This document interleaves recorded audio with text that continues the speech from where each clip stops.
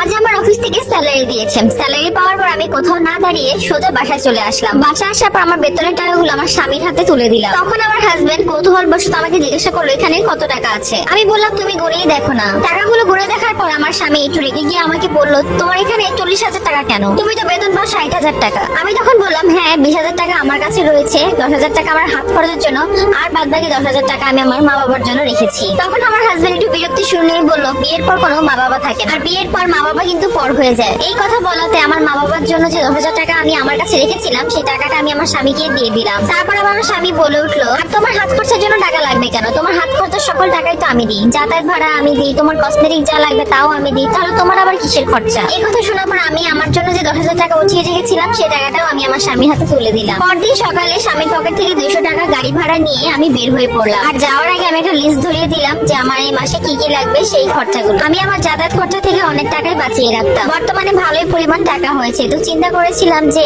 এই টাকা দিয়ে আমি দুটো শাড়ি কিনবো। তো যেই কথা সেই কাজ, আমি অফিস থেকে বের হয়েই মার্কেট থেকে একই রকম সুন্দর দুইটা শাড়ি কিনে আমি বাসায় চলে গেলাম। তারপর আমি আমার শাশুড়ির রুমে গেলাম। আমার শাশুড়ি দেখে বললো কি ব্যাপার, একই রকম একই কালারের একই শাড়ি দুইটা কেন? আমি তখন বললাম মা আমি দুইজনের জন্য একই রকম শাড়ি কিনেছি, একটা হচ্ছে আপনার জন্য আর একটা হচ্ছে আমার আম্মার জন্য। তখন আমার শাশুড়িও বলে উঠলো বিয়ের পর এত মামা করছো কেন? বিয়ের পর কোনো মা বাবা থাকে না, আর যদি তুমি এত বাপের বাড়ি করো তাহলে তোমার সংসারে অশান্তি নেমে আসবে, এটা মনে রেখে। শাশুড়ি মায়ের মুখে এই কথা শোনার পর আমার বুকটা মোচড় দিয়ে উঠলো। চিন্তা করলাম আসলে কি বিয়ের পর মেয়েদের মা বাবার প্রতি কোনো দায়িত্ব থাকে না? তারা কি চাইলেও কিছু মা বাবাকে দিতে পারে না? তো যাই হোক এসব ভাবতে ভাবতে আমি আমার রুমে চলে আসলাম। বেশ কয়েকদিন পার হলো। একদিন সন্ধ্যার টাইমে হঠাৎ করে আমার শাশুড়ি আমার রুমে চলে আসলো, তার হাতে দামি সুন্দর একটা শাড়ি। তো আমি জিজ্ঞাসা করলাম মা এটা আপনাকে কে দিয়েছে? আমার শাশুড়ি মা বললো তার মেয়ে জামাই নাকি তাকে এই শাড়িটা গিফট করেছে। তারপর আমি আমার শাশুড়ি আম্মাকে বললাম এটা যদি আপনাকে গিফট করা হয়ে থাকে তাহলে আপনি এটা কেন নিয়েছেন? আপনি কি জানেন না বিয়ের পর একটা মেয়ের কোনো বাপের বাড়ি থাকে না? এতে তো এখন আপনার মেয়েটা অসুখে থাকবে, ঝামেলা হবে। এই কথা শোনার পর আমার শাশুড়ি মুখটা বাঁকিয়ে রুম থেকে চলে গেল।